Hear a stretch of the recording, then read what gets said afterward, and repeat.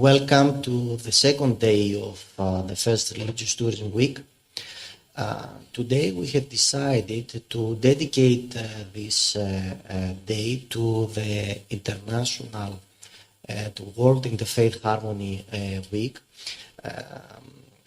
and to ask from colleagues and academics from the religious communities in Albania to talk about how religious tourism can help the religious tolerance, or vice versa, how religious tolerance actually can help the growth and the development of religious tourism in this country.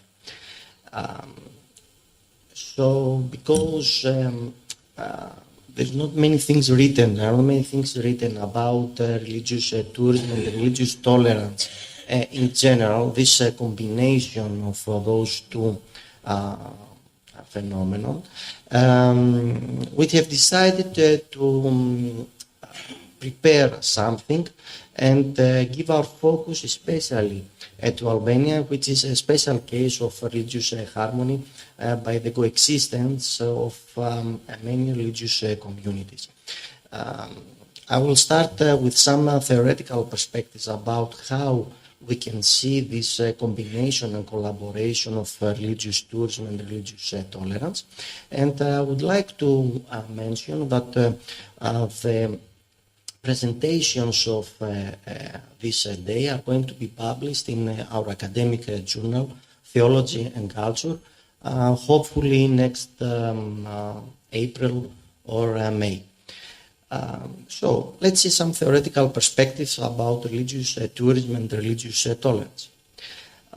The existing literature on religious tourism discusses various aspects of it, including theoretical explanations, travel patterns and economic issues, sociocultural impacts, and environmental considerations. But the actual religious practice about the theme of tolerance has only been peripherally explored. Similarly, tolerance has been the subject of religious studies, but its understanding in the field of religious tourism has been under-researched. Given this situation, we will seek to address some key elements in how religious tourism affects religious tolerance. Understanding the relationship between religious tourism and tolerance is essential to develop strategies that not only foster tolerance among visitors from different backgrounds, but also enhance the universal values of many religious sites and contribute to a better experience for their visitors.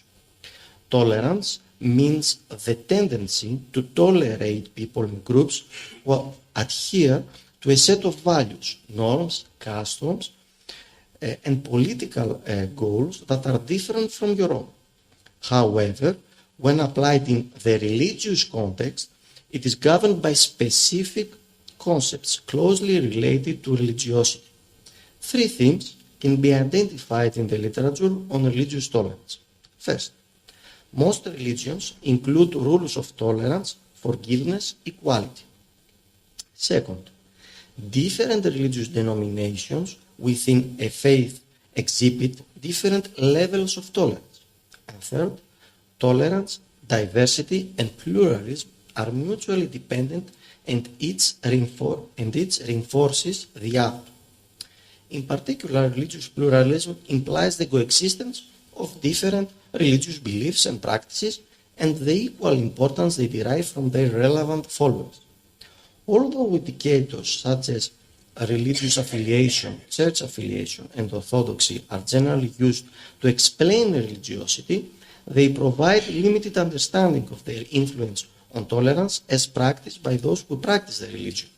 Next, it is imperative to examine the basic aspects of a religion represented by three characteristics: belonging, behavior, and belief, for a better explanation of tolerance. Tolerance in practice can therefore be placed among a spectrum with subtle discrimination at the one end and outright aggression at the other. In the tourism literature, tolerance is particularly rooted in cultural contexts and is explained using the implied meaning of difference and otherness.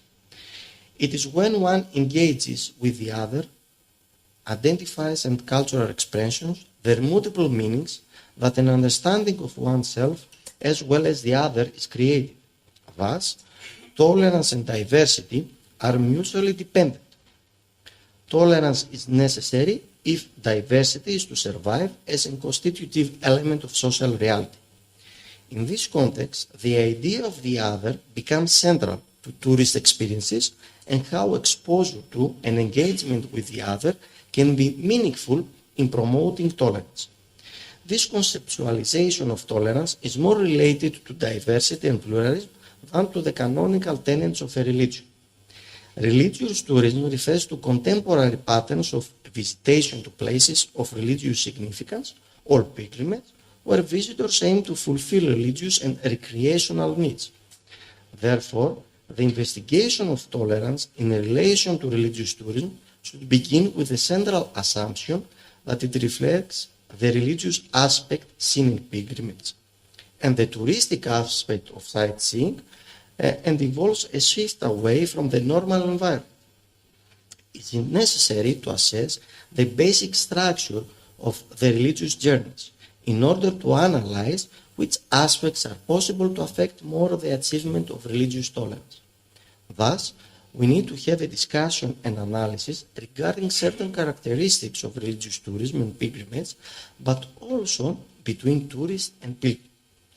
Religious tourism, similar to its origin in pilgrimage journey, can be explained by a framework first proposed by Turner and Turner in their work on pilgrimage. It is consisted by three main elements: motivation, journey, and destination. Based on this structure, when a journey is exclusively religious in nature, with a motive for spiritual or religious fulfillment, a visitor is considered a pilgrim. Therefore, there is a greater intensity and frequency of behaviors related to this sphere: overnight stays in religious structures, participation in religious services, celebrations, and rituals. However, the same may not be the case for travelers driven by a combination of religious and non-religious motivation, as their motivation is to experience aspects of spectacle and practical forms of consumption that are absent from a typical image of a pilgrim. Thus, the exclusivity and intensity of a religious motive may help to consider a visitor to a holy place as more of a pilgrim than a tourist, or vice versa. However, in more recent research, a conscious effort has been made to move away from polarization of tourists and pilgrims and to consider them as two roles performed simultaneously or at different times by the same visitor to a holy place.